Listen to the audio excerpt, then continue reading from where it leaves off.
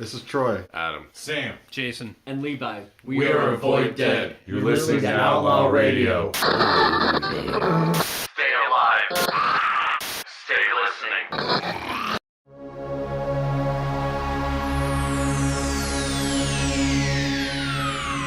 Ladies and gentlemen, may I have your attention, please? The show starts in 10, 9, 8, 7, 6, 5, 4, 3, 2, 1, go.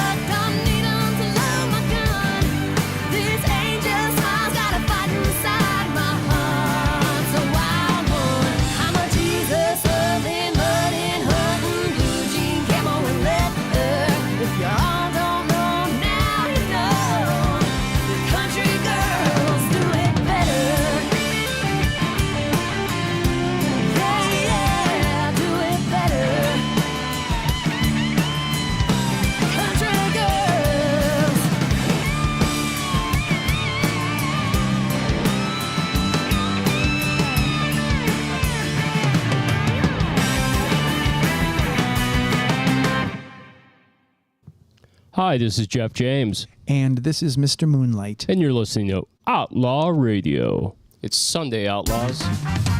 What's up? Hey, how's it going, everybody? All right, well, it's Christmas in July. That means gifts, and we have gifts tonight.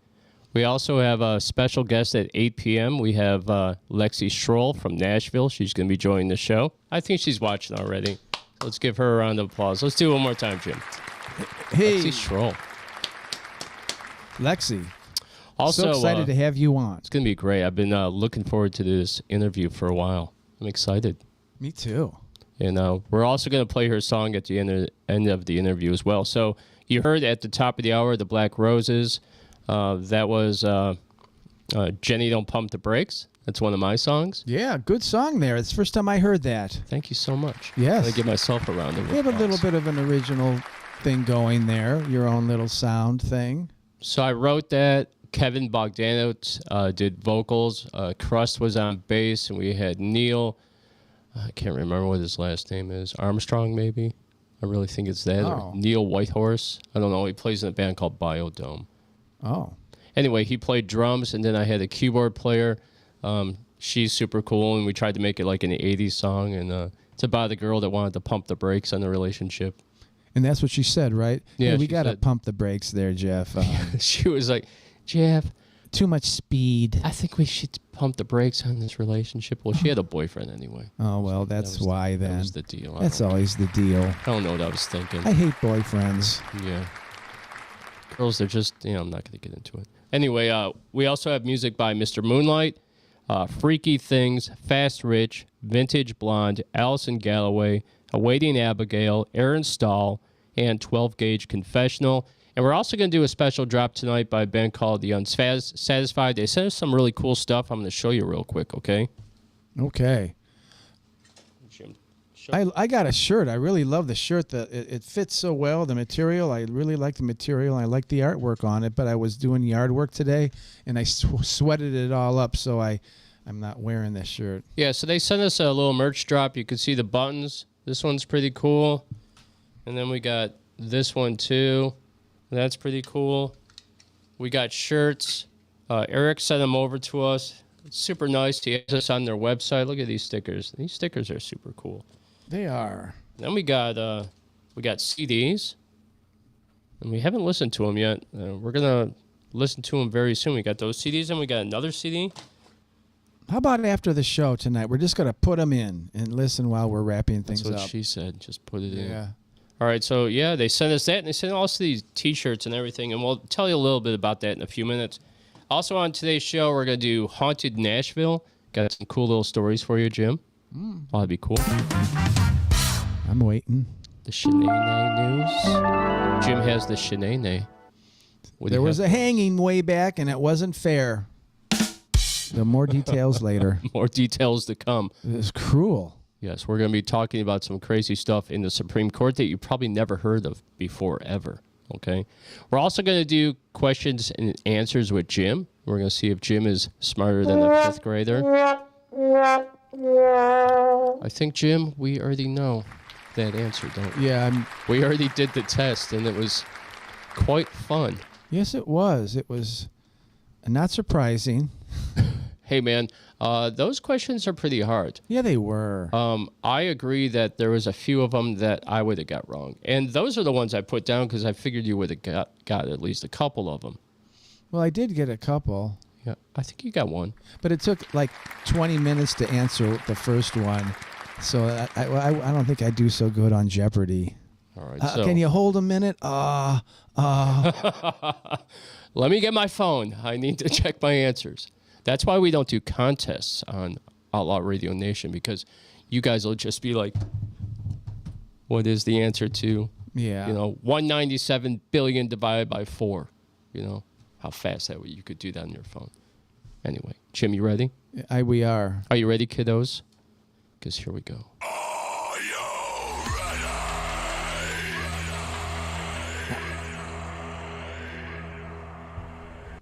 I'm even starting to point. Yeah. Got to stop that. That's your thing. It's catchy, isn't it? Yeah.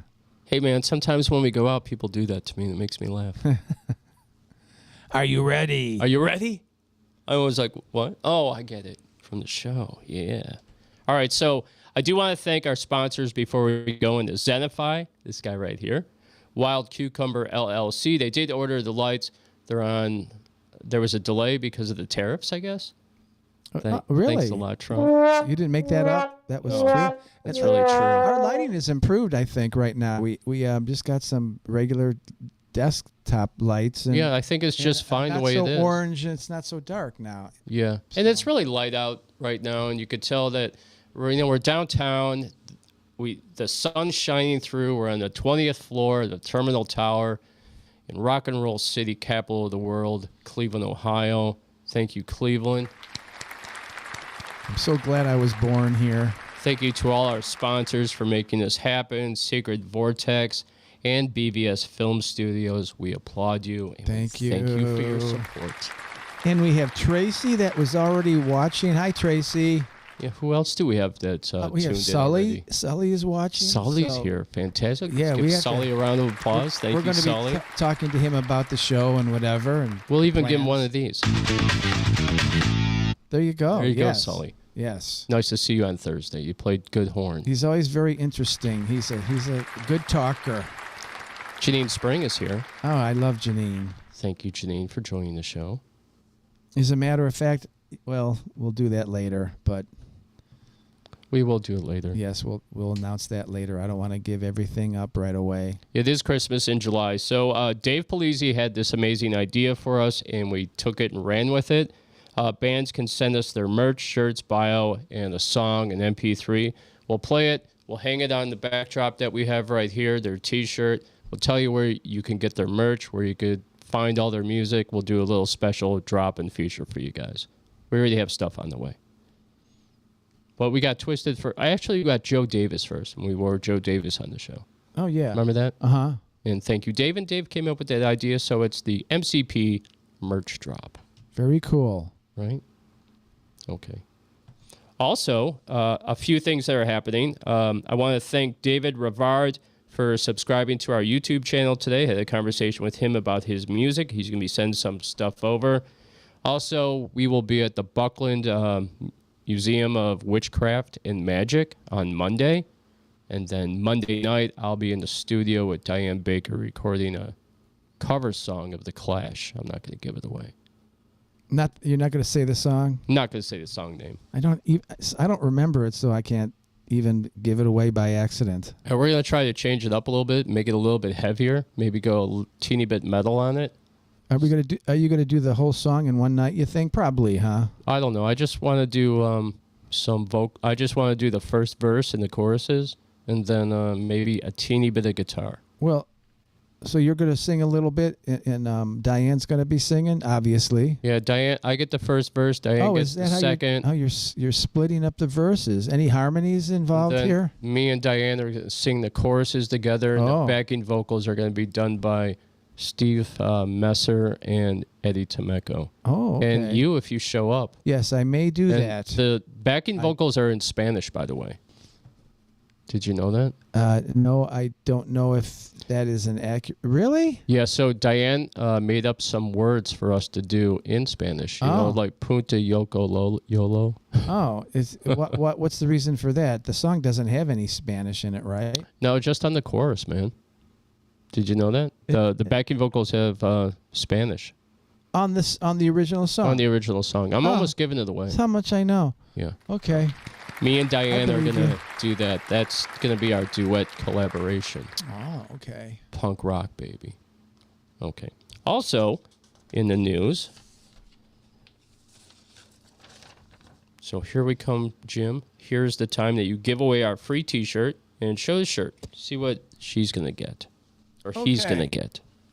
Whichever you decide. Yes, I think I've already decided. Have you? So And the round goes to, and he dropped it on the floor. Dropped it on the floor. It's tainted. Tainted love. Okay, this is a cool shirt. Wait. Oh, I might want to put it up right. Is that right? There you go. That's our official Outlaw Radio shirt. Yes, it is. And someone is going to get this shirt. Who's going to have that shirt sent to him, Jim? Let me see. Janine? Janine Spring. That is right. You are the winner. So we have to get your address somewhere along the line, and I'm going to mail this to you. Well, after the show, you deserve it. We'll You're send a great little fan. message. We'll get your address, and Jim will send it off to you as soon as he can. We want to thank you so much for being a big supporter yeah. of Outlaw Radio and supporting all the things we do. Jim loves you. As soon as I said, Jim, we're going to give a shirt away tonight's Christmas in July, who are you going to give it to? And he's like, I'm giving it to Janine Spring. That is right. So he's been wanting to give you some stuff for a while. So round of applause, Janine Spring. I know I said I was going to give her some gift certificate. I never did that. So maybe that could be a part of it, too. You have Victoria's Secret, remember? Oh, I don't know about that. She said very cool. She's excited about that. Cool. All right, so Jim, what we're going to do is we're going to play a special drop by The Unsatisfied. And thanks for sending us some really amazing merch. Yeah, I love that shirt. I wore that Super yesterday, cool, right? And it has a real nice feel to it, the material, and it's so comfortable, and the art is so cool too. Yeah, very cool. But I sweated it up today, so I couldn't wear it. So I'm wearing this one. He's like, Jeff, I love that shirt, but I sweat like a pig in it, and I had to take it off. Yeah, I did yard work. I mean, the real yard work. And not the song. Yeah. Robert Solon goes, I already washed mine. I don't like the scent of new T-shirts. Oh. We rubbed it all over our bodies before we gave it to you. I guess you really should wash a T-shirt before you wear it, but I'm guilty. I don't. Let's give this shirt to Robert. Who knows who wore that before I got it? Yeah, we're wearing all the shirts and putting our scent on it for you ladies. Oh, man, that's just awful. Sound like a man. All right, you ready? Yes. This is The Unsatisfied. This is Wicked Girl. Okay.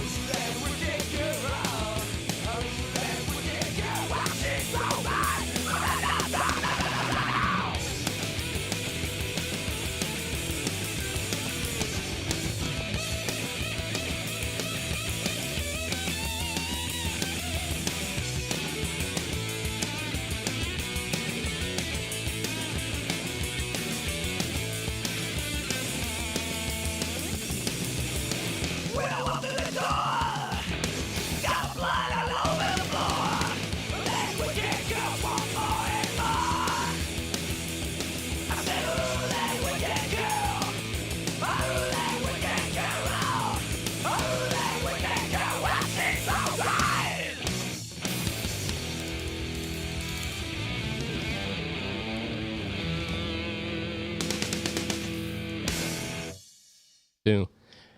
2 minutes and 3 seconds. That is fantastic. I love it. It's in and it's out, and you want to put it back on. You're not listening to a song 6 minutes. Awesome job, you guys. I love it. You're all playing together in time. That is really neat. Great song, guys. Hey, when it was sent to me, Eric from the band was like, tell Jim it's 2 minutes and 3 seconds. I think I read that. I got a laugh out I of knew that you'd one. love that. There was a funny. Beatles song that they had on one of their first albums, and it was like 1 minute and 57 seconds. So, you know, that's the way you do it. You want to put the song back on because it's over before you know it. So good job, guys. The next song I'm going to play by my band on the next show is a instrumental. It's gonna be really weird. It's not like an 8-minute song or anything? No, it's like a minute and 14 seconds. Oh, there you go. Okay. Be super quick. All right, so yeah, that was The Unsatisfied Wicked Girl. That was sent to me this morning, the song, or maybe last night, I can't remember. But it was sent to me nonetheless, and we got it on as a special drop. We were going to play them anyway, but that was fantastic. We got a new song. Cool. That's one of my favorites, I think. Cool. All right, so I want to hear them. Q&A with Jim. You guys ready? Okay. All right, so to be fair and to be honest, because we're very transparent, unlike our government. I'm nervous. He's nervous. I did move my clipboard away from him so he could not see the answers. I'm hoping he forgets because we already did this the other night. And the funny thing is, I forget things. He did. So Well, he does forget things, and he got a bunch wrong. So we'll see what he remembers from the other night, and we'll see how it goes. Are you ready?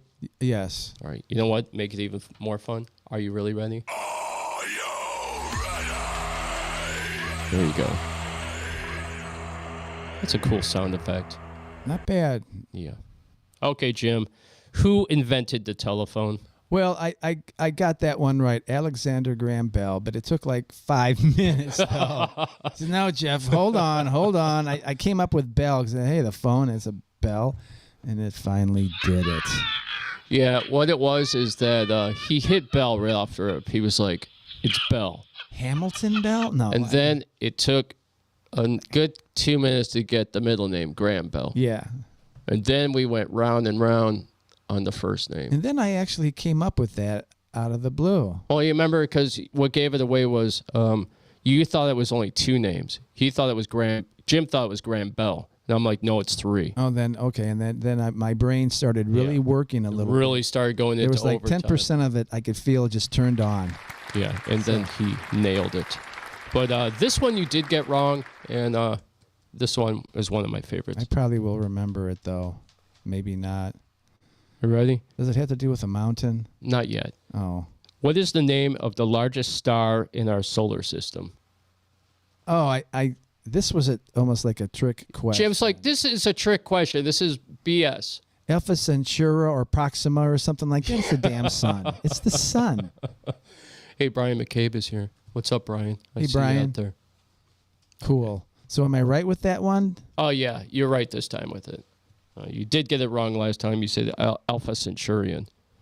And that was during Battlestar Galactica. Oh, yeah, it was. All right.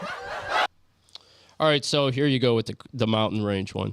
What is the name of the mountain range that includes Mount Everest? I remember this one. Do you? Yeah. Himalayas, is that You're right? wrong.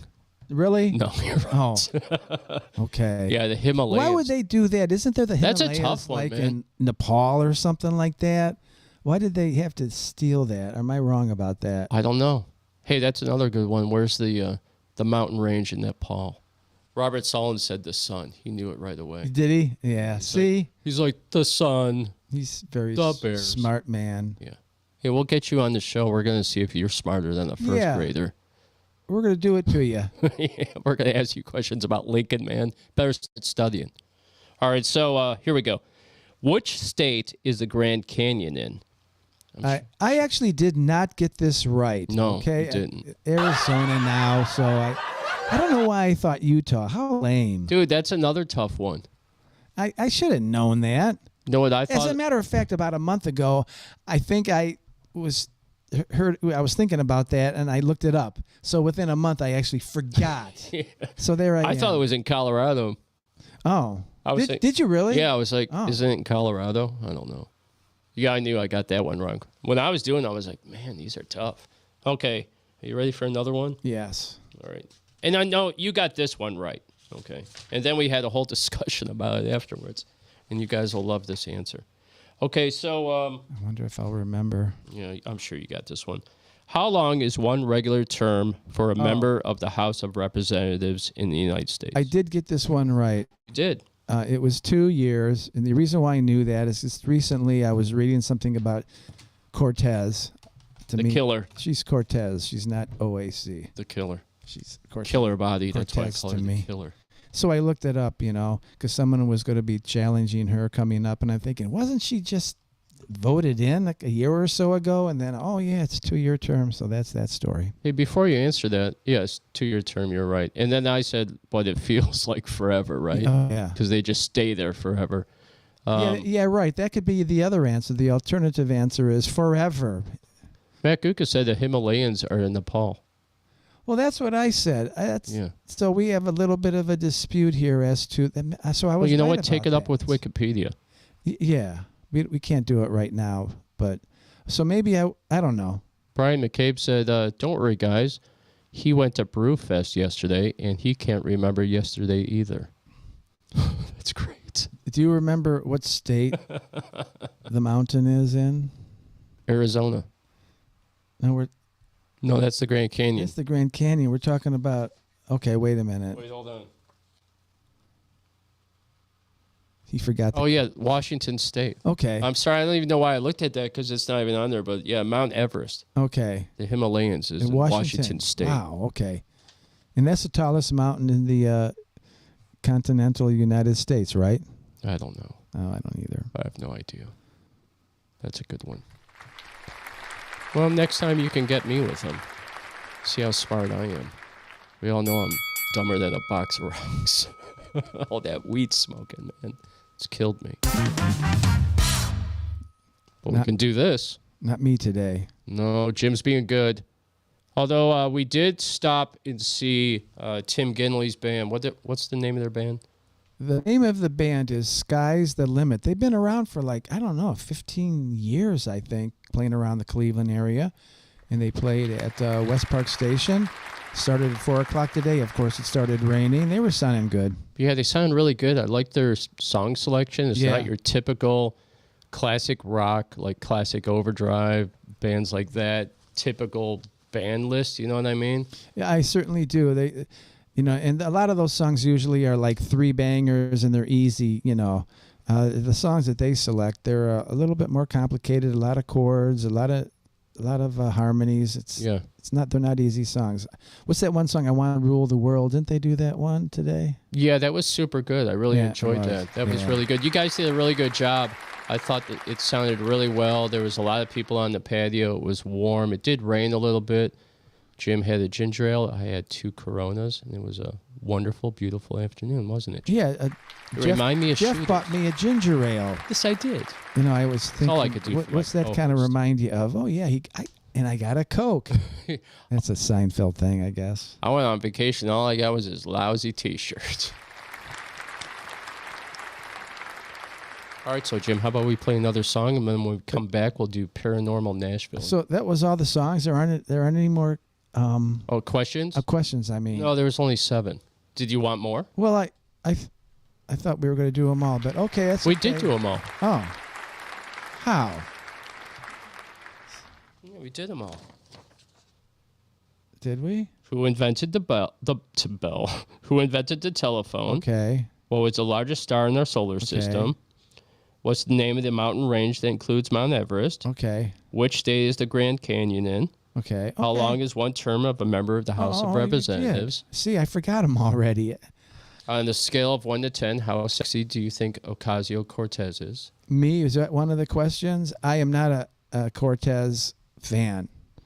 I've seen too many pictures on Facebook or YouTube where they make her mouth look like a horse mouth.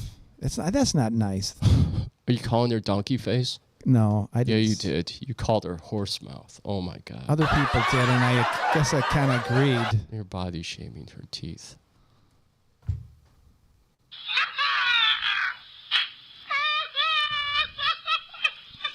There's I don't care another what thing you that they. say. She's attractive. There's another YouTube video. Taco, taco, taco. It's like 30 seconds long, and they just keep. She's talking, and all she's saying is taco, taco, taco. That was funny, I thought. The other day, a liberal guy yelled at me and called me taquito. No. Yeah. What's I didn't understand what it meant, and I was like, "That's weird. What's a taquito?" Was this, you little taquito. was this what at that work meant. or something? No, it was on like Facebook. You look. Oh. It's Sully's fault because Sully left a comment for somebody on Facebook, and then I replied, and then dude called me a taquito. Huh. I didn't know what it meant, so I thought I'd ask you what taquito meant. Did Matt say that the Himalayas are in Nepal? Like I was right with that. Yeah. So if you know what the mountain range is, Mount Everest is in Nepal, Yeti territory. Did you know that? Mount Everest is in Nepal. It's not in the state of Washington. Okay. What's in the state of Washington then? I guess we better wait. move Hold on a second. Really... No, wait. I want to go back. So, what is the name of the mountain range that includes Mount Everest, the Himalayas? Right. That's what it said. Blame Wikipedia, man. And it's in Nepal. Okay, forget it. We got to move on, guys. let's just move on. All right, we're going to play a song. This is Allison Galloway with Bullets in My Wedding Dress. If I could speak wedding dress.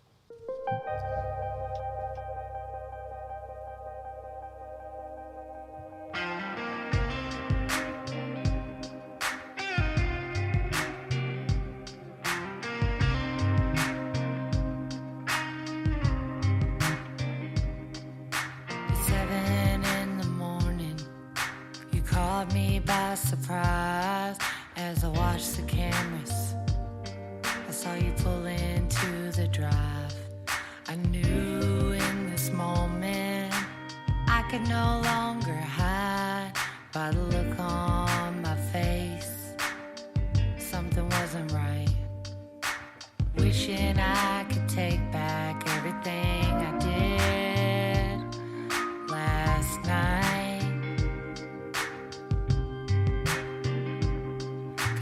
Blink of an eye, it changed my life. That's the morning when the shots rang off, the bullets started to fly, and I knew everything was lost. Now you're in jail, and he might be dead. The only thing that I have left are bullet holes in my way.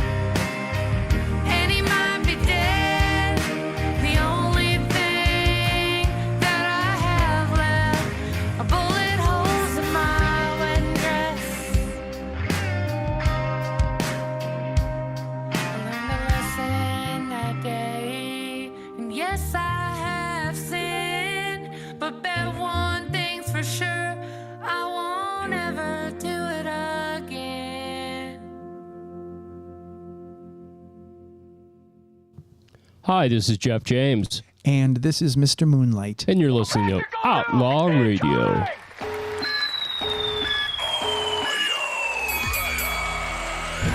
Hell yeah, Allison Galloway, baby. Allison Galloway, she has a very beautiful voice. She is not over singing. I love that part about singers when they don't over sing. You're so natural and wonderful. Good. Yeah, that was really good. I enjoyed that a lot. I knew you would. We've played it a few times before, and it's one of our favorites. And we plan to have, Jim was asking Mr. Moonlight if we plan to have her on the show. And I said, yeah.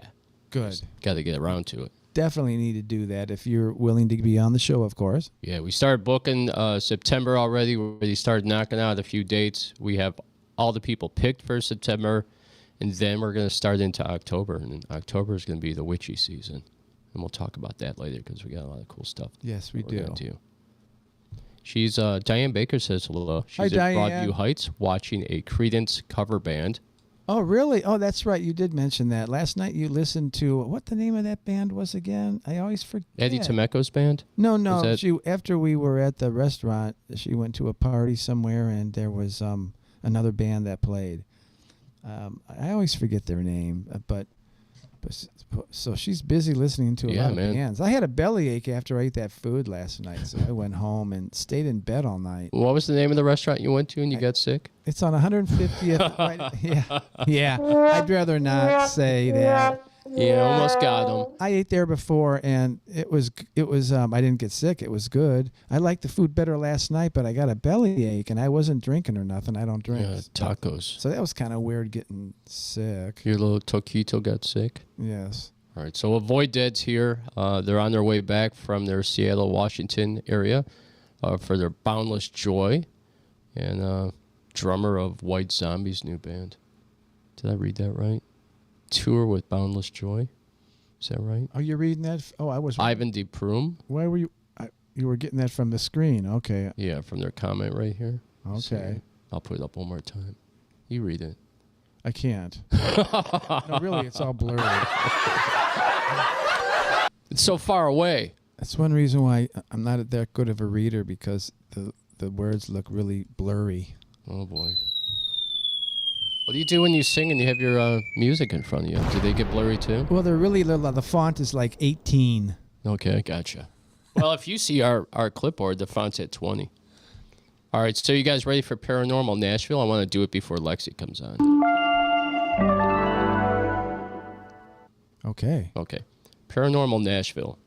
Nashville is widely considered a city with numerous haunted locations, featuring a rich history of reported paranormal activity in places like the Ryman Auditorium, the Hermitage Hotel, and the Gaylord Opryland Resort, with popular ghost tours exploring these and other spooky sites. So the Ryman Auditorium is known for its association with the Grand Ole Opry.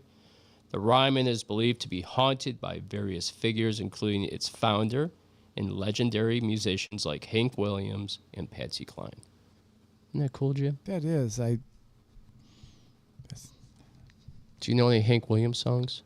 No. No. Whiskey drinking in hell. Really? I don't know. I just made that up. Okay. All right, so Printer's Alley, this area, known for its historical nightlife, is said to be haunted by former owners of the establishments and possibly a ghost of a man named Skull. Doesn't that sound scary? Oh. Skull! Yeah, that's from a human skull. Skull!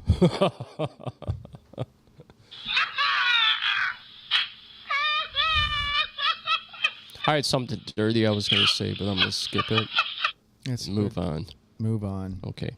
In the heart of downtown Nashville, Tootsie's Orchard Lounge stands in all its vibrantly colored glory. This famous honky-tonk was established by Tootsie Bess in the 60s and quickly became a haven for struggling country music artists, with customers like Patsy Cline and Willie Nelson. You know, Willie Nelson struggled for a long time.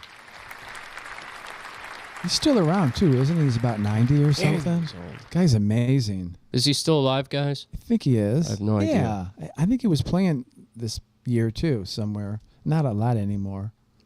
I'm not sure. I'm not either. Do you think he ever undoes his ponytails? Man, they're super long. You ever see them? They're like down to here. Still, you think? Yeah. Well, Willie Nelson and Patsy Cline. Patsy Cline seems to be haunting a lot of places. So what's so haunty about the places, though? Are there any... It doesn't really say anything about it. It just says that they're haunted, that they have ghostly apparitions of them.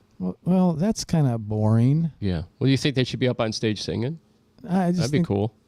I need some eyewitnesses. I need a witness. So when I was looking this stuff up, this weird thing came across Wikipedia, and it was the most famous serial killer associated with Nashville is Paul Dennis Reed Jr. And this is what I thought of the first thing. Do you ever notice that like their names, these serial killer names, have all these really long names? They love the three names with the Edgar Wayne Gacy, right? They all Lee Harvey Oswald. They all have long names. And plus, this guy has a junior to boot. Yeah, Paul Dennis Reed Jr. Right? Can you imagine being the corrections officer has to yell that out? All right. He was also known as the fast food killer. He was convicted of 7 murders in Nashville and Clarksville, Tennessee in 1997 during robberies of fast food restaurants. Give me those fries! Wow, what a thing to do.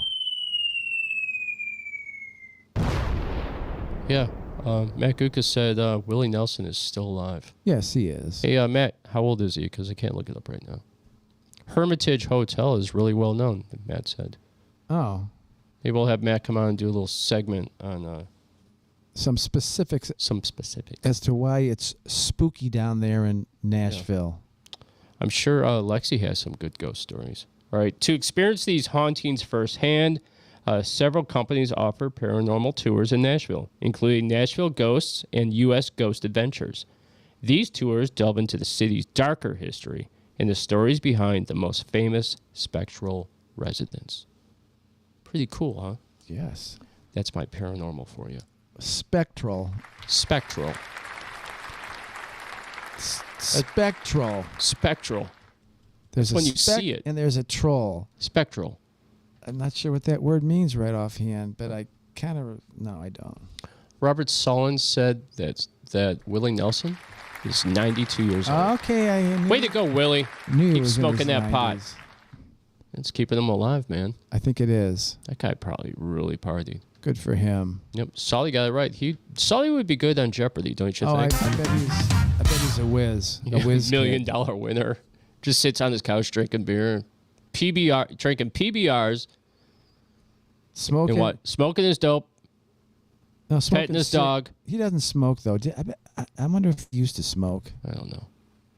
We'll find out. We'll find out. Allegedly. Yes. I have no idea. I just made that up. I'm talking cigarettes, not weed.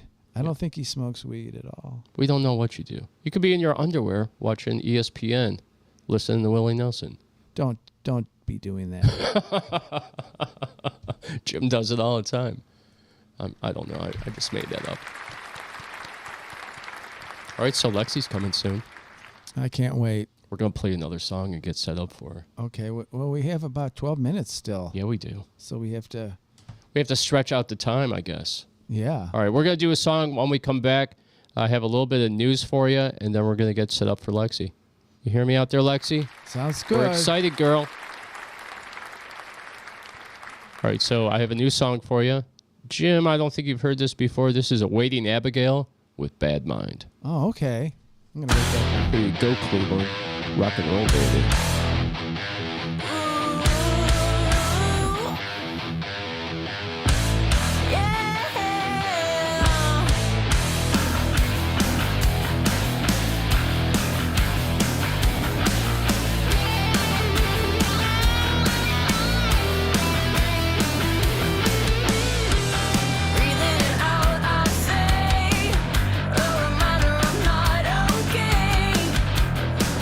Falls down my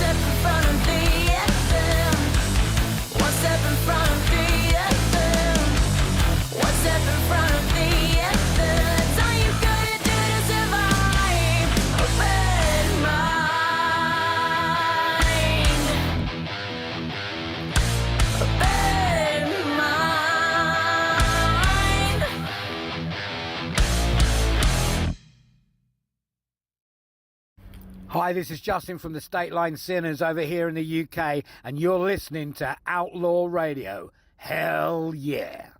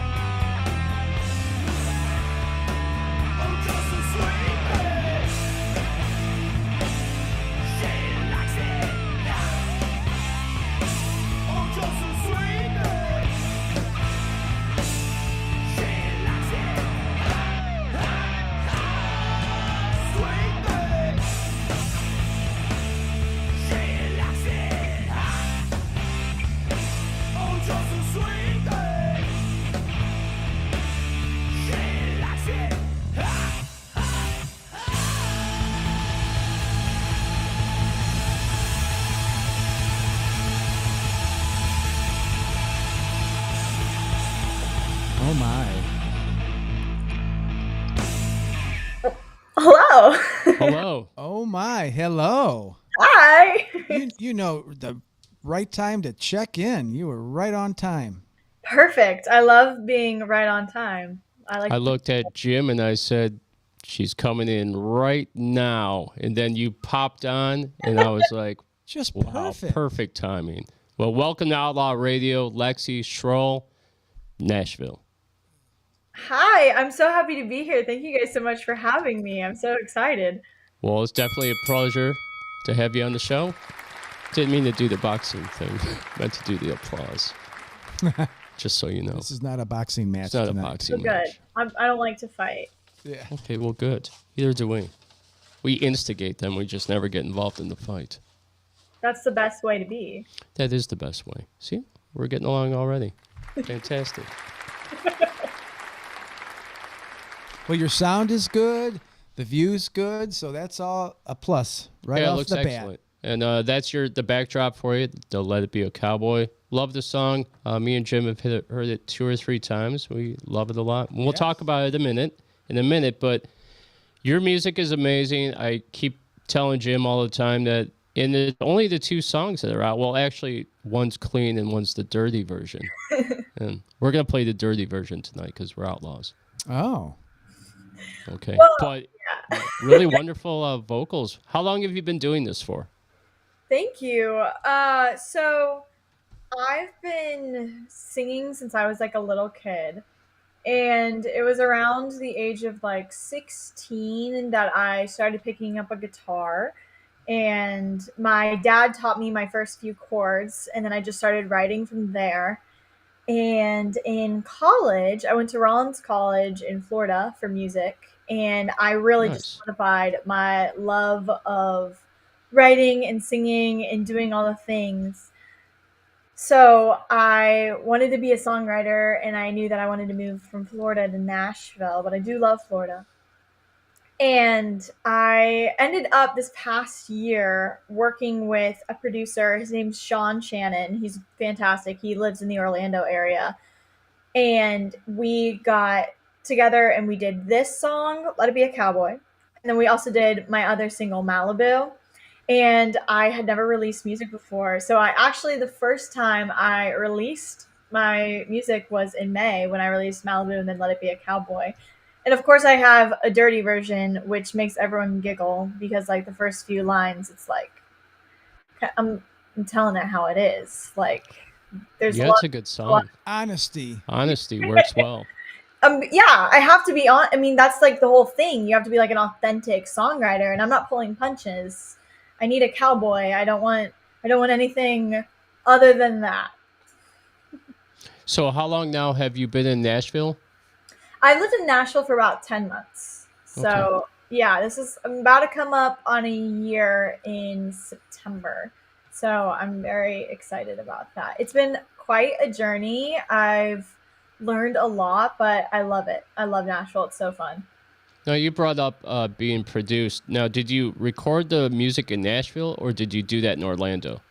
So I recorded the music in Orlando. So all of like the drums, bass, guitar, that was all in Orlando. And then I ended up working with a recording engineer in Nashville to do vocals. And then I sent it back to my producer in Orlando and he buffed them up. Okay. Did all the mastering and stuff. Yes, that would be Sean. He's awesome. Okay, so my other question is, you play guitar. Did you play the guitar on your tracks in the studio? Did you have studio musicians come in and bang out the songs with you?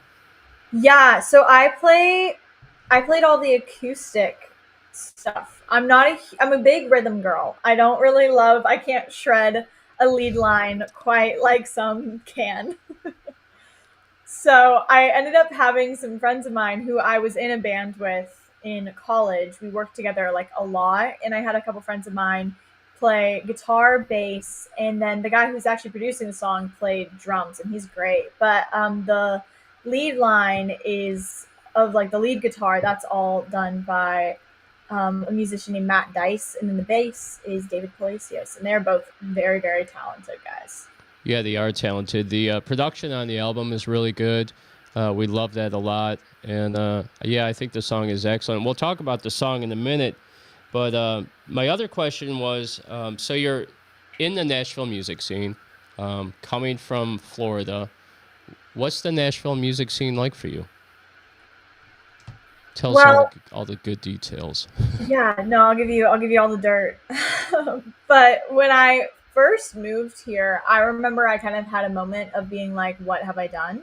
Because I didn't know anyone. I moved up with my 2 roommates who are awesome, but they are not involved in music. They're involved in their own careers and fields, and they're doing great. But I was just kind of felt like I was floating on my own little planet. And I'm super close with my parents, and they've always kind of been my big supporters. So the first week I was here, I was like, oh, I'm driving the car. Like, I have to figure this out. And I ended up doing a couple open mics, and then I met people from there, and I got into a lot of rounds. And now I have built such a wonderful community of such like talented people who are so supportive. And I've been playing all sorts of gigs, lots of rounds. I've started playing some hotel gigs, so it's been really cool. I think the Nashville music scene is really wonderful because a lot of people are so supportive. I was chatting with this one woman, and she mentioned this phrase, which I just like loved, but rising tides raise all ships. And I've kind of taken that on the chin, and I just, if everyone supports each other, then we can just continue to build this awesome network of people. And that is my experience so far. And it's been really awesome because I've met so many cool musicians who have opened doors that I didn't think were going to be possible my first week of being here. Wow, it sounds like it's really working for you. That's really great. Hey, my other question is, well, not really a question, but I was looking you up this week, reading through your press that was on your website. Excellent website, by the way. I don't know did you put that together? Did you have somebody create that for you? So I get to brag about one of my favorite people, but my mom actually made that. She right? is so Excellent. talented. That deserves a round of applause, Mom. Right? Very cool, Mom. Good job. Yeah. No, both my parents are so awesome, and my mom, she's like a fantastic graphic designer, and so she builds websites like it's nothing. And I'm so grateful that she helped me put that together because I'm like, I don't know, I'm not very tech savvy in that regard. So Well, yeah, excellent job, Mom. I enjoyed it. The graphics are really nice. I'll show you later, Jim. The graphics are really nice. There's a bunch of beautiful pictures of Lexi in there with her guitar and all these really beautiful settings and everything. There's her music on the page, bio, and some of the press you had. And since we're talking about some of the press, I read through all of it. I thought it was excellent. They talk about your songs and the inspiration behind the songs. And so how did the press come about for you? yeah, so one of the articles, I have a friend who she is an incredibly talented writer, and she worked for my college's magazine called Sanspur, and it would get published on all platforms, and they had a physical copy of it. And she reached out to me, and she was like, I'd love to write an article on you and your journey. And so that was one of my articles. I believe it's called like A Girl and Her Guitar. And then the other article, I had a friend who put me in contact with this really cool magazine, and they reached out, and we ended up doing an interview and chatting about everything I had going on. Yeah, the press, Jim, is excellent. They focus on her inspiration and how she came about wanting to do all this. And I have to say it, we listen to a lot of music, okay? And we talk to a lot of rising country artists, and I'm going to say that I think your music is really good. I'm looking forward to all the new music that you're going to put out and stuff. And yeah, so here's my other question for you. Now, normally when somebody puts out an EP with songs on it, they do 3. Do you have another song that you have working? Because I have this feeling like you're going to be putting something out soon. Wow, Hopefully that's you a will. great Hopefully.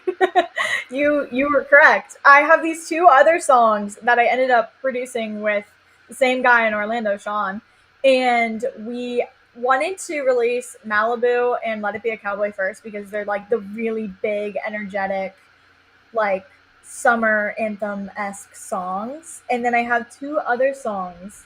One's called Miles and the other is called Life and Death. and those will be out this fall, sometime this fall. So I'm very excited, and that'll be my first project released to the world. So yeah, you were dead on the money. That's great. I have good intuition. I tell Jim this all the time. So I do want to talk about the song Malibu. I like that song a lot. Now, out of the two songs, like Let It Be a Cowboy and Malibu, is Let It Be a Cowboy, is that the single? Is that the first song you put out there? The first song I put out was actually Malibu. Really? But yes, I had a lot of debate on this one to go back and forth between Let It Be a Cowboy and Malibu, because while I love them both, Let It Be a Cowboy has been the crowd favorite. Everyone likes the energy of that song. They think it's very fun. Whenever I'm performing that song out, it gets all these hoots and hollers, and people have just like loved that song. But Malibu to me felt like the perfect summer song, and it felt like an introduction to who I am as an artist. And I like to wear my heart on my sleeve in my songs, and Let It Be a Cowboy is fun and flirty. And Malibu is definitely a bit more personal, and it's still fun and upbeat. And it was the start of summer when I released that one, and then I quickly followed it up with Let It Be a Cowboy. So that was my thought process in releasing Malibu first. Very good. And let me ask you this. Do you have a cowboy now? For our listeners out there? I don't have a cowboy. I am dating someone. He is an engineer. And Good. Excellent. See that, Mom? Yeah, Mom Mom's and happy? Dad are very pleased with that decision. All right. Good job. Golf clap. Yes, he's a Nashville native, born and raised in Nashville, and it's just really funny because I get that question all the time, especially when I'm about to perform the song and I'll be on stage and someone's like, "Where's your cowboy?" And I'll be like, "He's over there." That's great. Cowboy hat, not in cowboy boots. But he's great. And I think he's very Southern gentleman-esque. He's good. He's good. Well, we did the Paranormal Nashville. Did you hear any of those ghost stories about any of those areas there? No, I'm going to be really honest. I'm terrified of ghosts and all scary things. You'll have to have your boyfriend take you to Tootsie's Orchard Lounge. Okay. It's haunted by Patsy Cline and Willie Nelson. You can actually smell Willie Nelson when he comes in. You can smell the scent of marijuana behind him. You like that? No. Are you for real there? No, I just made that up. I thought it was funny. Okay, Oh, great. that's perfect. I didn't buy it. I don't like ghosts. I'm very scared of scary things. Scary things.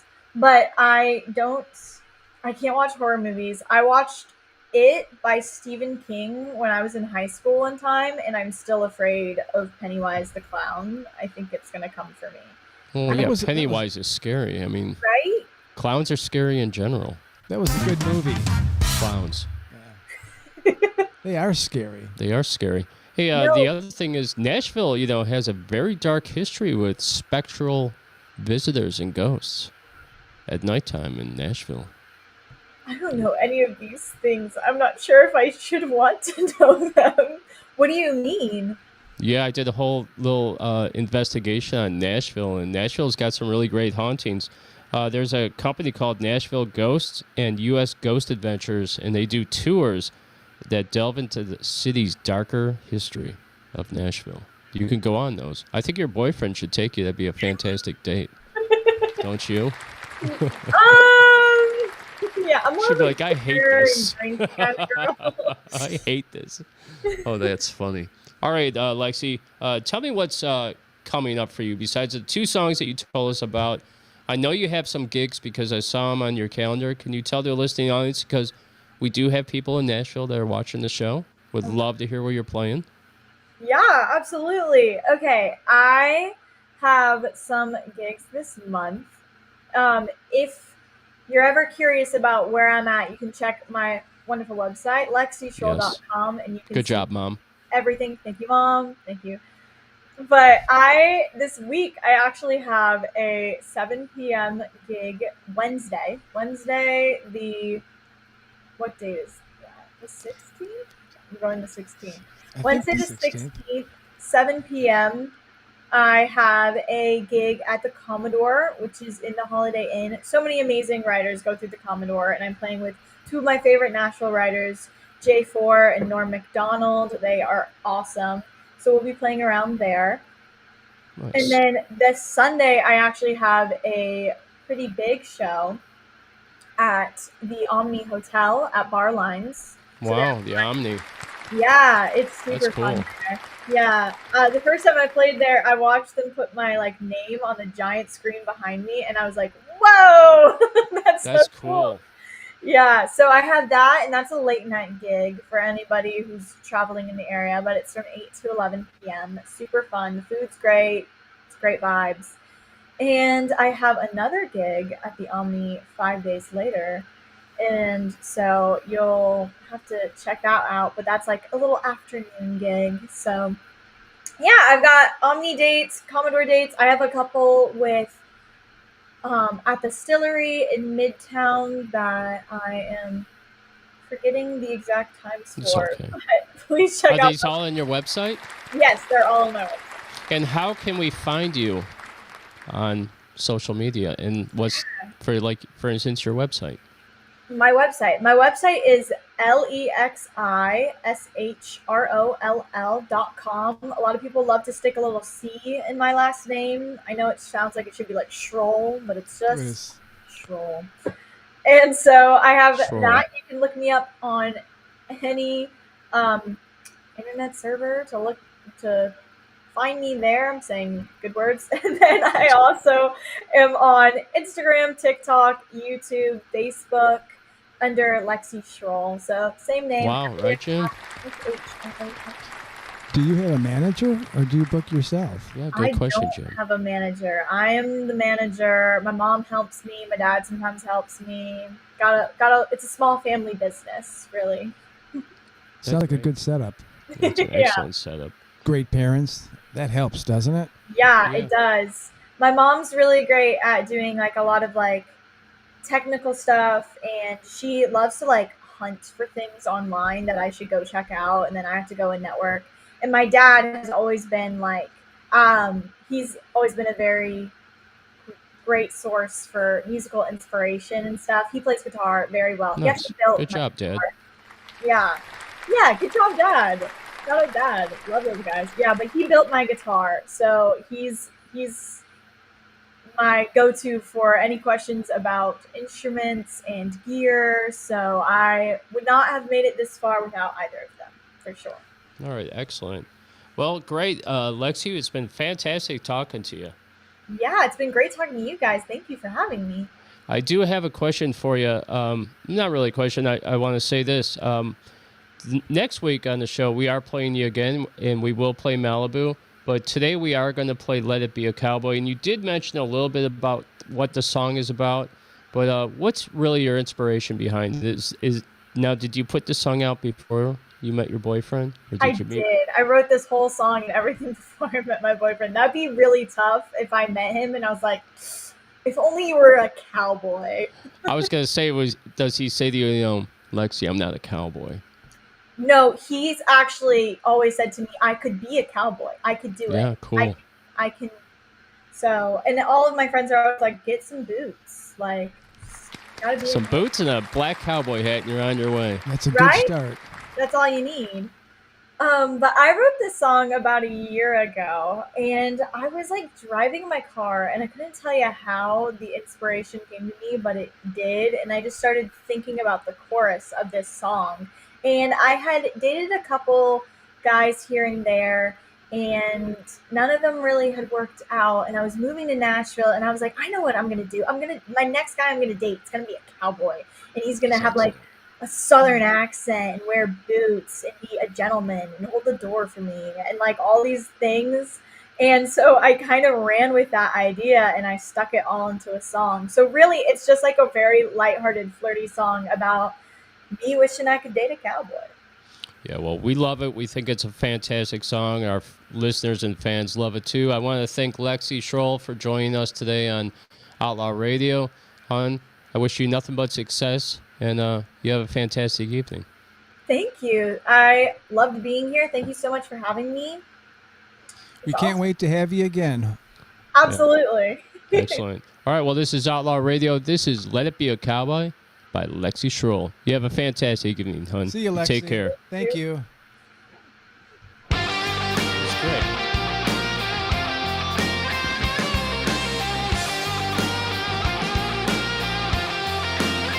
I've dated city boys, really shitty boys. Say they love you, but it's all just wild noise.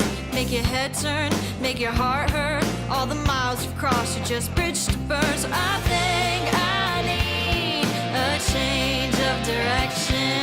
Someone to be the object of my affection. Someone who's good to his mama makes me wanna drive down a back road in his Tacoma. Dancing on a Tuesday, we move at our own pace. Leaves a jean jacket at my place, and he's got a bit of southern drawl to his voice. Oh, if I ever love again, Lord, let it be a cowboy. Lord, let it be a cowboy. I've been with rock stars, some movie stars, get you falling hard till you're falling apart. Where's a good guy? You know what guy grows hometown roots instead of saying goodbye. I think I need some new perspective, someone to be a bit more attentive, someone who's good to his mama makes me wanna drop down a back road in his Tacoma. Dancing on a Tuesday, we move at our own pace. Leaves his jean jacket at my place, and he's got a bit of southern drawl to his voice. Oh, if I ever love again, Lord, let it be a cowboy. Lord, let it be a cowboy. His heart's in the Wild West. I'm dancing with the very best. Won't settle for any less than a cowboy. Dressing in boots and jeans, he's straight off a movie screen. Tastes like smoking whiskey, my cowboy.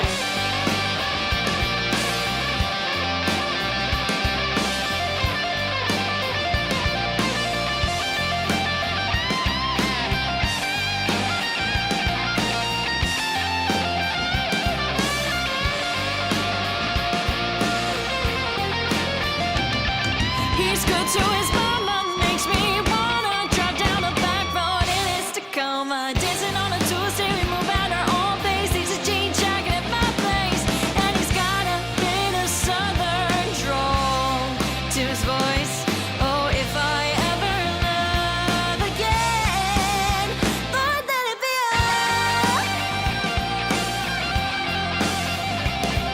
cowboy. Lord, let it be a cowboy. Lord, let it be a cowboy.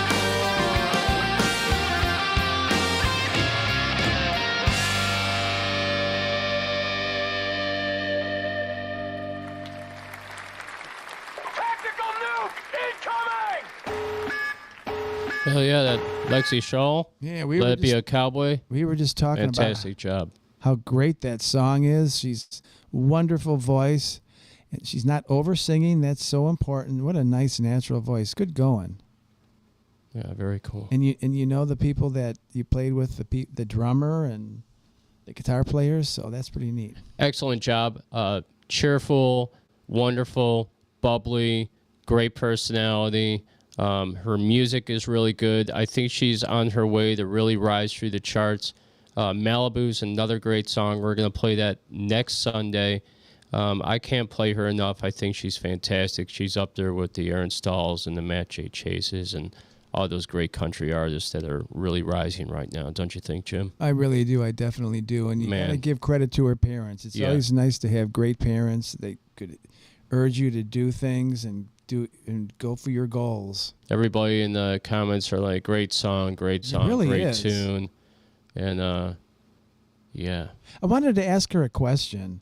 What was the question? I just She's couldn't- still listening. Maybe she could answer it through our comments. I'm a You out there? songwriter too, and what I do is I have a piece of paper or a pad of paper and a pencil in every room in case I come up with an idea, because if I come up with an idea and by the time I get from the bedroom to the kitchen, the idea is gone. So I wanted to see if she has a paper and pencil available for any instant idea that she has, but maybe next time I'll ask her that. Well, she's still listening. She just commented right here. I'm still listening. Oh, Jim. are you? So, what's your question? Do you Lexi? Do you have a pen and paper always ready next to you, on the ready for whenever songs pop into your head? Is that the question, Jim? Yeah, that is. That's exactly the question. Is it happens that way with me, and just out of the blue, I came up with a line. It makes, I don't know if I'm going to use it. It's why is my heart still beating? I don't know how to expand on that, but that's something new, that one of the things that I'm trying to work on right now. And I wrote that right down because I would have forgotten that.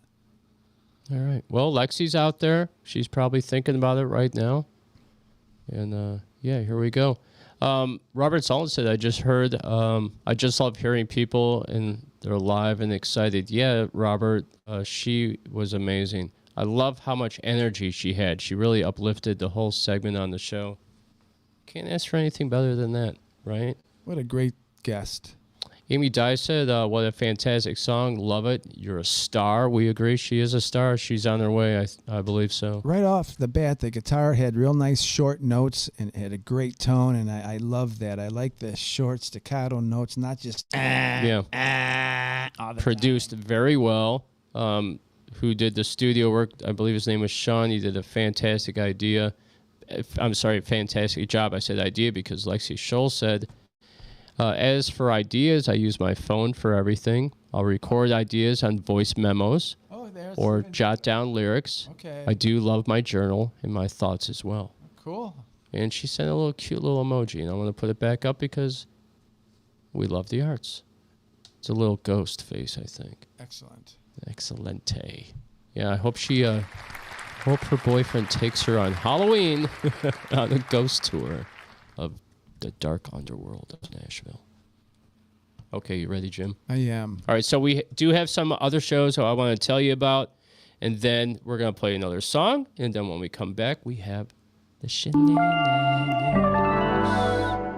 Okay. So coming up next Sunday, Jim, and then I don't have the Thursday shows written down because we really don't plan for those ahead of time like we do the Sunday shows. We just kind of wing it, and we'll put together a little script a couple days before.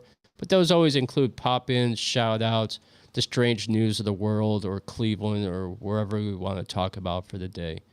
And so we kind of just throw those together. But on July 20th, we have Dwayne Farley from AMG Sony. He's coming in to talk. AMG Universal, my bad. So used to saying it. Sorry, Mark. Universal. So used to saying Sony. My bad. That's okay. No big deal. Yeah. I made a mistake here. There we go. Good job, Jeff. You blew it once again. Again. Mark's going to be so pissed at you. Yeah. Never coming on the show again, you stupid. Okay. So Dwayne Farley, AMG Universal will be on the show. We're going to talk about upcoming movies that AMG is working on. I know, Jim, they're working on the Unsatisfieds movie that they did, a documentary. That's going to be great. Which is I know super cool. And congratulations, Eric, because I know you can't say what's going on. I have a pretty good idea of what's going on and all the work that's going to be going into your release, and we're excited for you. Okay? We will also be talking about the PMRC from Tipper Gore, about the music censorship during the 80s. That's going to be my story.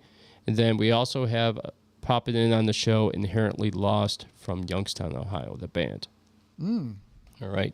July 27th is going to be awesome. We have June Lundgren. The Zack Attack will be back. We have the Paranormal segment is going to be about Jim, Matt, and I's tour of the Buckland Witchcraft Museum and Magic in Cleveland. That's going to be super fun. The Paranormal segment we'll still talk about the Supreme Court because we love it so much. And June Lundgren that's going to be on that show. She has a bunch of books that she authored. She's a demonologist and a demon seer. Jim, sometimes people see angels. She sees demons. That's unbelievable. And she's very well recognized in the paranormal realm. Wow. Okay. And Then go ahead. aren't we going to visit that museum tomorrow? Isn't that? Yeah, that's the plan. Tomorrow, high noon, we will be there to see the... And I was given specific instructions to keep my hands off of anything in that place because there's spiritual forces and vibrations and kinds of stuff like that, right, Yes. Jeff? I did give you the warning. I told you to be very careful and choose anything you want to touch. It'll be on your own. Don't touch me after you touch anything also. And I don't like spirit attachments, and I totally believe in that. And, we're going to a witchcraft museum. So, I want to protect myself a little bit. I might put my rosary in my And Matt's pocket. coming, right? Matt's going to be there. Yeah, we're going to do a okay. little tour. And we're going to take some pictures and take some videos and stuff like that, and we'll let you know what it was like. Diane Baker just said, I just figured out how to listen to Outlaw Radio in my car. Oh, did you? Oh. Drive careful. That's all I have to say. It's so funny. She's going to have to tell me how she's doing that in her car. That's crazy. Hey, you need to teach Jim. I know how to do it. It's super easy. You have it all set up on your... you just put it on your phone. Yeah, on your phone. And it goes right to the... Yeah, to the thing. that's right. It's just like did Bluetoothing, right? Good. All right, so August 3rd, we have Calavera, our first real witch, joining the show. I talked to her today. I told her how excited we are. We have a ton of questions. She does crystal skull readings, and she has a store called, let me get this right, Death and Dishonor Witchery. Death and Dishonor? Yeah, I think that's what it's called. I always get them wrong. Oh. Okay. But that's going to be a great show. We're super excited about having her on because I have so many crazy questions about, like, witches during World War II with the Nazis and all that crazy stuff. All the crazy conspiracy stuff. I want to see what she says about it.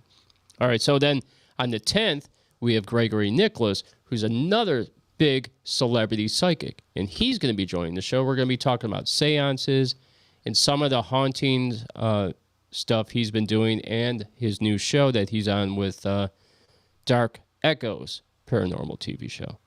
Okay? I can't wait to start seeing those episodes. Well, then August 17th, Dark Echoes Paranormal TV show will be with us again. And we get to talk about their upcoming season, what locations and what areas they'll be going to and exploring. So that's going to be super cool. And get to talk about their past episodes. And hopefully, like you said, which episode we'll be on. Yeah. I'm psyched. Me too. Okay. And then August 24th, we're bringing on Sully, and we're also bringing on Leslie Fugit. We're going to be talking about Nostradamus. We're going to be talking about the beginnings of rock and roll saxophone and some of the great bands that have saxophone players. Sully's a sax player in our neighborhood of Cleveland, and he'll be joining the show. He's a good listen. Yeah, he's cool. August 31st, we have Damaged Incorporated, and then Matt's coming back for the UFO disclosure. We haven't had a show about the UFO disclosure since the drone episodes that went on. I expect Matt will have some really good stuff for us. It's time to have another episode.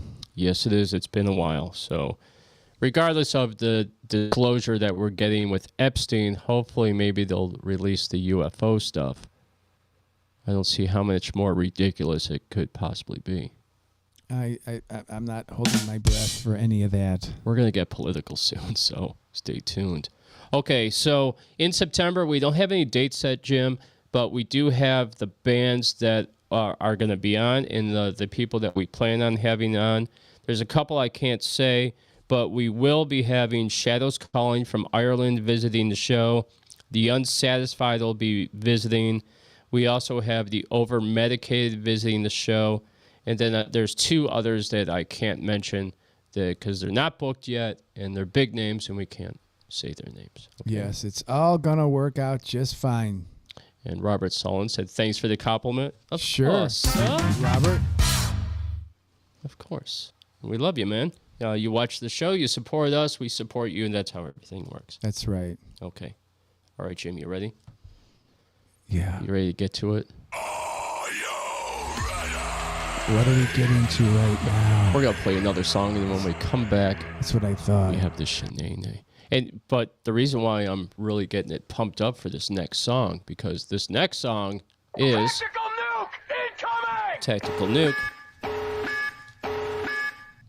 I have no idea. This is Quit on You. Oh, okay. By Jim Bellinger. Crank it up, guys. It sounds better. You're going to love this, kiddies. Let me do that one more time.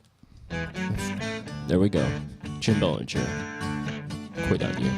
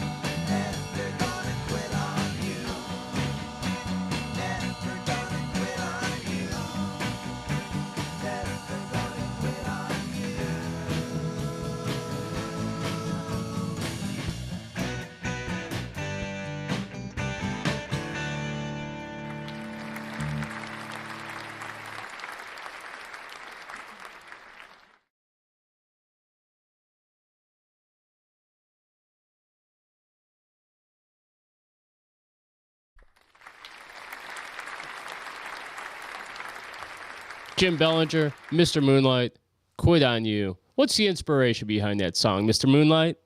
I'm trying to think right now. I wrote it about a year ago. I just wanted to write something that was kind of different right off the bat. She looks a little like everyone.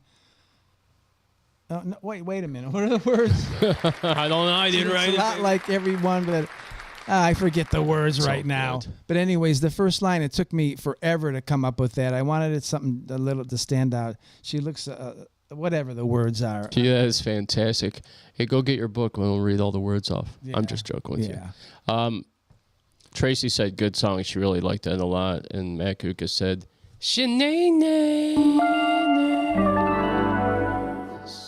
You know, John Lennon said that every song is derived from something, some other song or something. John Lennon. You know? Great reference. Not in those words or whatever.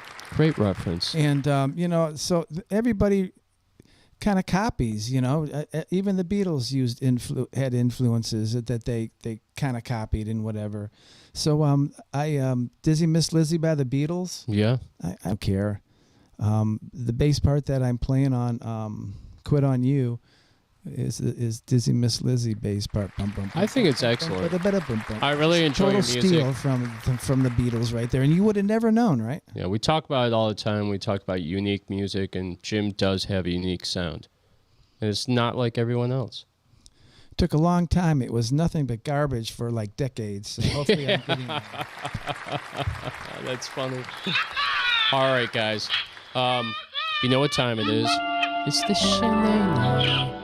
And it has been political lately because we have a lot of crazy political things going on in the world right now. And there's so much talk about everybody's rights and the Constitution. Yes. And both sides are blaming the other one for violating everybody's rights and going against the Constitution and stuff like that. And, and there's all this controversy now with the court justice Jackson Brown. She's actually Brown Jackson, but we decided that we're just going to make it Jackson Brown because it's a lot easier. Well, before we get into Jackson Brown, I would like to say a couple things, and I would be amiss if I didn't say them because they are so relevant in our news today. The thing about Epstein, right? We have the crazy Epstein stuff that came out over this past week. Now, we're not going to get into all the Epstein stuff because it's very convoluted, and to be honest with you, I am so confused on all of it, and there's so many things being thrown around out there. I don't know who to believe, so we're not even going to get into it. But I did want to say that me and Jim both acknowledge that the world is going to hell in a handbag as far as politics are concerned. But we're excited to do the Supreme Court because it actually seems less heavy than the Epstein stuff. So that's why you're not getting Epstein from us. I just wanted to point that out. Thank you. Okay. That was a great introduction. The shenanigans. So I'm going to start off with, a little bit description of what the Supreme Court is. And it's not necessarily the United States Supreme Court. It's just in general. And then we'll get into the specifics here. So excellent. You will be tested next week. And I'm ready. You could win a T-shirt. I was lost all last week on the word salad with the originalism and stuff. I still don't understand what we talked about. Yeah, right. I don't either. We had some pretty funny stuff. We were talking about how they're making up all these like originalism and coming up with all these new terms to confuse everybody. There was a bunch of, and I think I'm going to hit a little bit of that today. There's some questions on what stuff means. But in most legal jurisdictions, a Supreme Court, also known as a court of last resort or apex court or high court of appeal and court of final appeal. So there's a lot of different ways to say it, I guess. You know that song, Cut Myself into Pieces. This is my last resort. Okay. Okay, there you go. Okay, so there's the court of final appeal. Roach. Is the highest court within the hierarchy of courts. Everybody probably knew that. Broadly speaking, the decisions of a Supreme Court are binding on all other courts in a nation and are not subject to further review by any other court. Supreme Courts typically function primarily as appellate courts. I never thought it like that, but I guess that's true. Yeah, it makes sense. They're hearing appeals from decisions of lower trial courts or from intermediate level appellate courts. So that makes sense. They're kind of like an appellate court, but they have the final say. A Supreme Court can also, in certain circumstances, act as a court of original jurisdiction. There you go. Have you heard of that before? Original jurisdiction? I have heard that before. Original jurisdiction. I've heard that on TV. It's really loud. I'm not sure what that means. I guess I could. Well, I'm going to continue here. Now I'm going to talk about the Supreme Court of the United States. To be more specific here, the Supreme Court of the United States, SCOTUS, is the highest court in the federal judiciary of the United States. It has ultimate appellate jurisdiction over all U.S. federal court cases and over state court cases that turn on questions of U.S. constitutional or federal law. That's a bunch of word salad there in a way. Should be called Scrotus. Scrotus? Oh, okay. Well, I wonder what that means.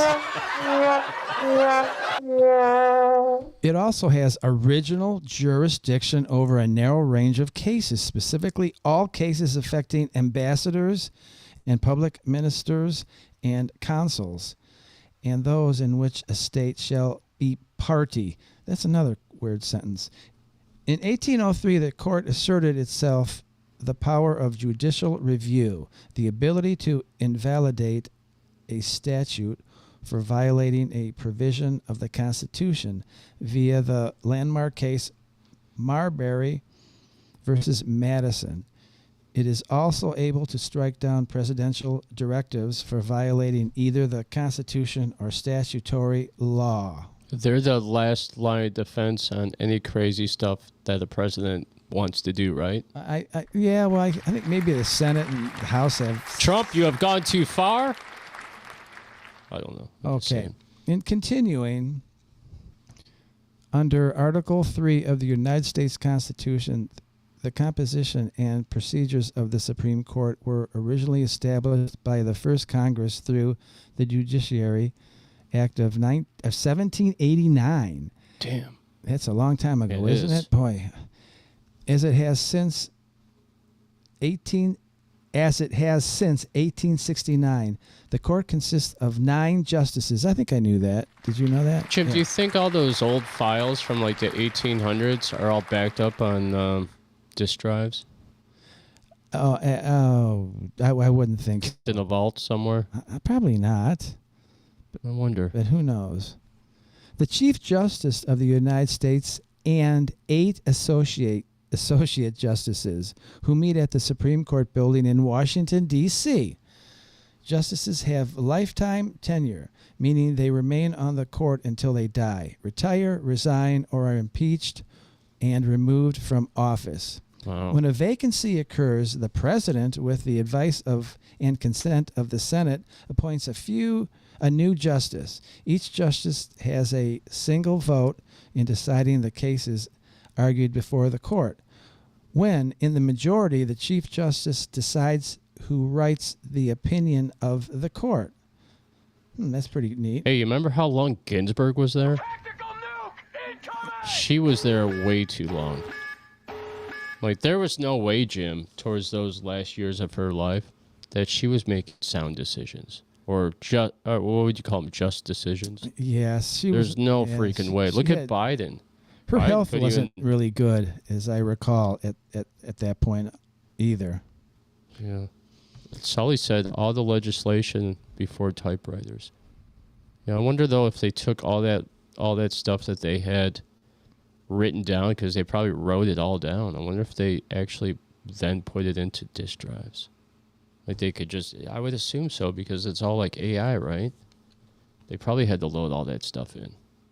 You think so? I would think so, yeah. That's a huge, huge job just to do that. Yeah, I bet you're well paid for that. Please continue. In continuing, in the early days of the court, every justice wrote, here's a word, SERIATIM, opinions. Sarah, Tim, opinions. Wow, what's that? Some more word salad here. Idea. And any justice may still choose to write a separate opinion in concurrence with the court or in dissent, and these may also be joined by other justices. On average, the Supreme Court receives about 7,000 petitions for writs of certiorari. Certiorari? Yeah, something like that. I have no idea what that means. Does it say what it means? We could look that up. Yes, please look Why that not? up. Writs of, okay. In law, go back. CERTIORARI is a court process to seek judicial review of a decision of a lower court or government agency. It comes from the name of a prerogative writ in England. Yeah, like I'd have to look that up too, what that means. A writ. Issued by a superior court to direct that the court of the lower court be sent to the Superior Court of Review or for review. None of this, everything's so complicated here. So I think we've had enough. Certiorari. Yes. Okay. Wow. We need to get somebody. One. We need somebody to sit in the middle that just sits there on their phone and looks up our questions. This part might get a little bit better right here. I'm going to talk about jurisdiction. The Supreme Court, their jurisdiction, of what they have. Congress is authorized. Okay. Original jurisdiction. The Supreme Court has original and exclusive jurisdiction over cases between two or more states. It may decline to hear such cases. It also possesses original but not exclusive jurisdiction to hear all actions or proceedings to which ambassadors or other ministers or other public ministers, consuls, or vice consuls of foreign states are parties, all controversies between the United States and a state, and all actions to or proceeding by a state against the citizens of another state or against aliens. Hey, I just remember what original jurisdiction means when it's originally done on your location. So, like, the police will roll in and they'll be like, we have original jurisdiction here. Is that what that is? I think that's what that means. Okay. Like, they're originally in charge of that entity of thing happening. Is that correct? Hey, Sully said, all the legislation before typewriters was written in cursive. It has to be saved somehow so it can be deleted or changed through a computer, etc. Wow. And Matt Guka said they're all on microfiles. Okay, so they have been converted. You would think they'd update, I guess, now that you think about and it. then Matt Guka said we need to call Tim Misney. Yes, because he will sue. He will sue. Can we sue for the Epstein files with Tim Misney? When I was an adjuster for Progressive, I think I handled like probably 200 cases with Tim Misney, so we were really close there for a while, but it's been decades since I talked to him. He's a nice guy, actually. Really nice. Well, I know. Hey, Jim, throw me a bone, he'd always say. I think we talked about this already. Didn't a Philly interview him on her show? Tim Misney? That is right. I thought we saw some of that. Yes, that's right. Excellent job, Phyllis. Excellent. I said excellent job, Phyllis. Okay, we're talking about original jurisdiction and the Supreme Court. So in 1906, the court asserted its original jurisdiction to prosecute individuals for contempt of court in United States versus Ship. The resulting proceeding remains the only contempt proceeding and only criminal trial in the court's history. Wow. Isn't that something? That's crazy. In all this time? The contempt proceeding arose from the lynching of Ed Johnson. Wow. I mentioned this earlier. This is really something. In Chattanooga, Tennessee, the evening after Justice John Marshall Harlan granted Johnson a stay of execution to allow his lawyers to file an appeal. Okay, so that's what happened. The court actually granted a stay of execution with the trial with Ed Johnson. Now, Johnson was removed from his cell by a lynch mob the next day, aided by the local sheriff who left the prison virtually unguarded and hanged him from a bridge, after which a deputy sheriff pinned a note on Johnson's body reading, "To Justice Harlan, come get your N now." Can you imagine that happened? Yeah. That's in 1906. You remember when They grabbed somebody that was in jail and they hung him Yeah, I believe that stuff from happened. a bridge and put a sign. Now, that is unbelievable. Do you remember in the Western cowboy movies you'd watch as a kid, and the lynch mob would, and this they play on Sunday afternoons, the lynch mob, a bunch of cowboys would show up with their torches, and there'd be a guy in the jail, and they'd be like, "Sheriff, bring out your prisoner. We deserve a lynching." Unbelievable that they did that. That's crazy. I mean, I couldn't I- even imagine living during that time. Hey, and the note that they put on him now, think we don't have rights now? to Think about Justice that. Harlan, come get your N now. That's sad. That's wow. fucking It crazy. was bad back then. I isn't it? Hopefully we've gotten a little bit better here. Have we? I think. I don't Have know. we? I don't The local sheriff, John Shipp, cited the Supreme Court's intervention as a rationale for the lynching. What?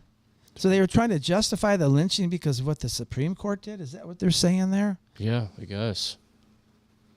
The court appointed its deputy clerk as special master to preside over the trial in Chattanooga, with closing arguments made in Washington before the Supreme Court justices, who found 9 individuals guilty of contempt, sentencing 3 to 90 days in jail and the rest to 60 days in jail. Who are they talking about there? The Supreme Court justices who found 9 individuals guilty of contempt. I don't know what they're talking about. Can the Supreme Court actually put people in jail? I don't think so. That would have to be turned over to the Department of Justice, and then they would appoint an attorney from the federal prosecutor's office, right?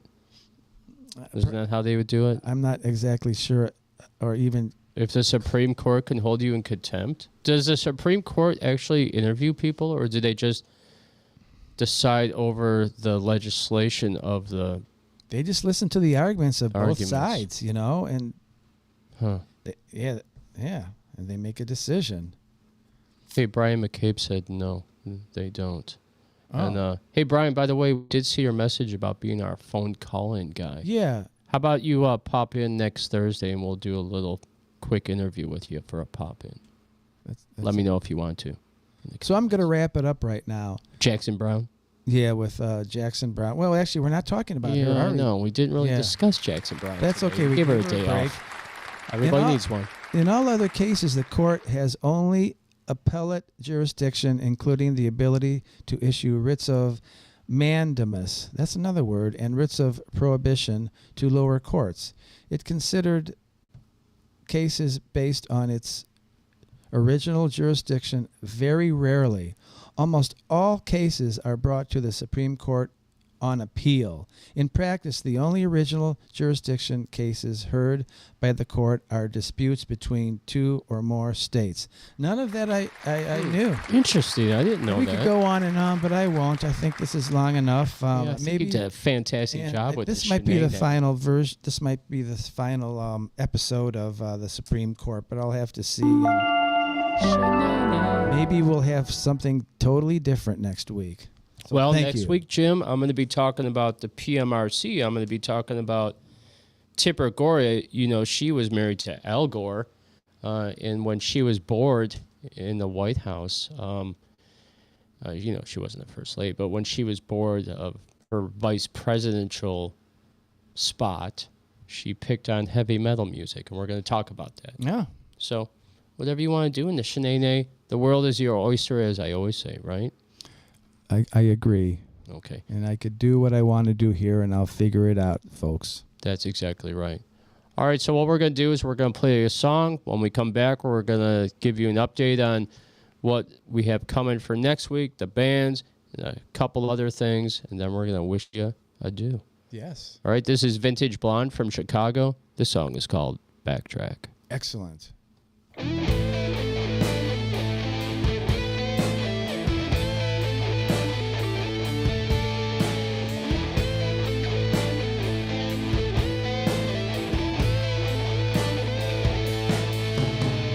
Times we can't reach out and slap my face. In the cold dark night you can't keep up with its pace.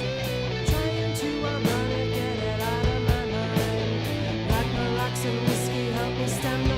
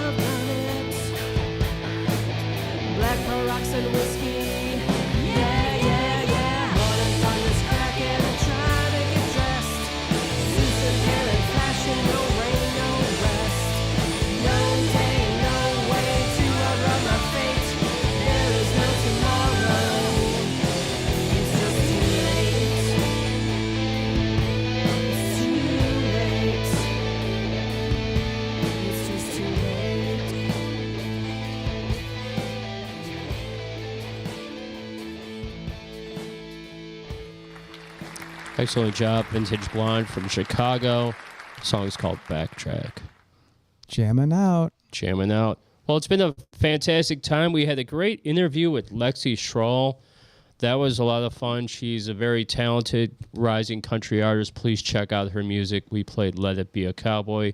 Played a bunch of great music today, didn't we, Jim? Yeah, we did, and I think that was the highlight of her show today. No doubt. She was so good. Yeah, she was so excellent. bubbly. I was looking forward to that the whole time. So that was a very cool show. I bet her parents listened. What do you think? I'm sure they did. I'd be very proud of her if I was you guys. And we'll give her another round of applause for Lexi and her parents. Good job. We need more of that in this country. All right, so this coming Thursday, the Nation will be back at 5:30 with a bunch of new bands, probably never heard before. And it's going to be a good show. We have pop-in, shout-outs, strange news, world things, and just some stuff about Cleveland. It's going to be a very chill, relaxed show, and we're excited about that. Yeah, we are. Okay, so then on July 20th, like we said, we are bringing back Dwayne Farley of AMG Universal with music by Lexi Shroll. We're going to play her other song, Malibu. My Cleveland Project has a good song that we're going to get out there. Hopefully the song alone will be done that they teased us with on Facebook but didn't release the song, Dave Polizzi. When's that going to be ready? Hopefully it's going to be ready for next Sunday, and we can play it on our show as a feature drop. Come on, Dave. I know you want us to do it. I'm shuffling your feet, buddy, and send over that song. We have the new Diane Baker song will be on. The Unsatisfied has a new song. Mr. Moonlight, LSD, DSR has a brand new song, and Damaged Ink will be on the show. We have the story of Tipper Gore, PMRC. Jim has the Shenane. And then we have to get ready for our big paranormal show coming July 27th. You know, this past week was a pretty tough week for us. We had a rough week. We had a couple disappointments here, but we can't really say too much about it. But it's all going to work out good, isn't it, Jeff? It is. Yeah. Yes. Like you said, we're not allowed to talk about it because it hasn't been all set in stone yet. But for those people that were disappointed on Thursday, don't be disappointed long. That's all we have to tell you. That is right. We're just waiting to confirm. And Mark Berry, I'm hoping that he's feeling better with his knee and whatever family issue he had. I hope it's all going to be for the good because we want him on the show.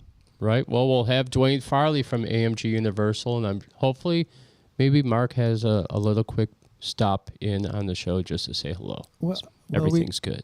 Well, that or we could have him, on another show in the future.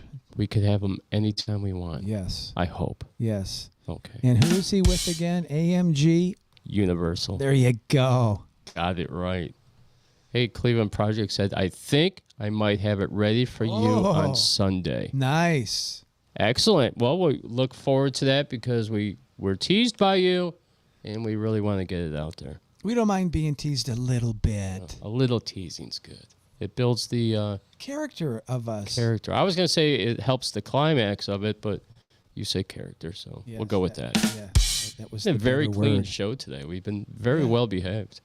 No swearing or anything, I don't think. No, I don't think so. We'd have to go back, but I don't think there was any swearing. Well, good for you, Jeff. I think I'm just worn out from the whole week. It's been a tough one, political-wise, world-wise. It's been a tough one.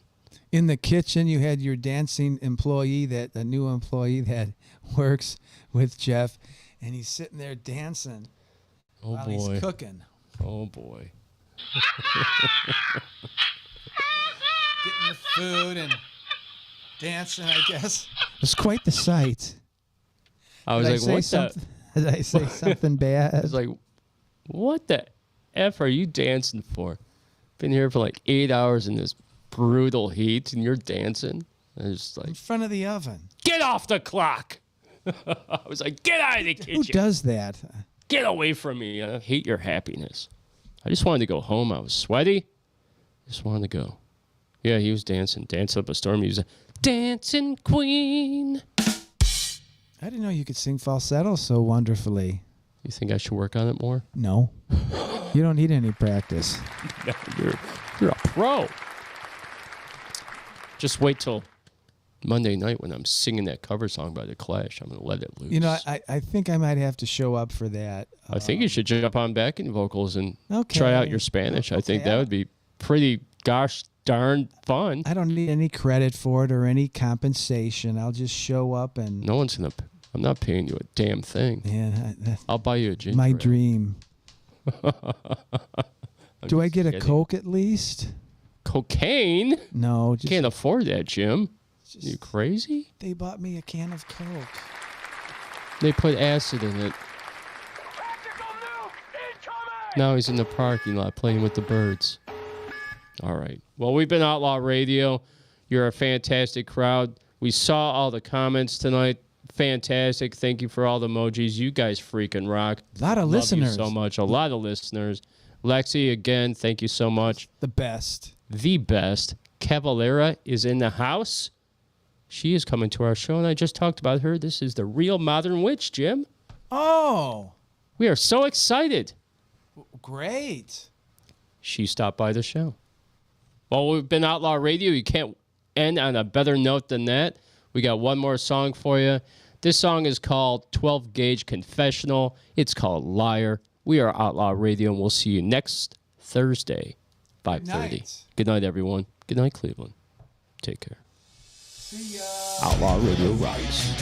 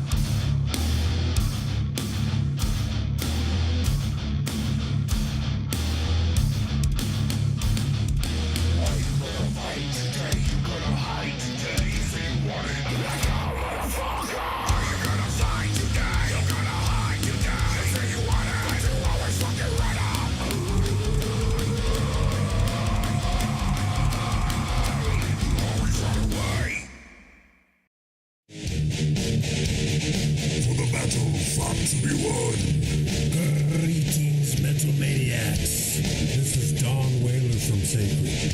You are listening to Outlaw Nation.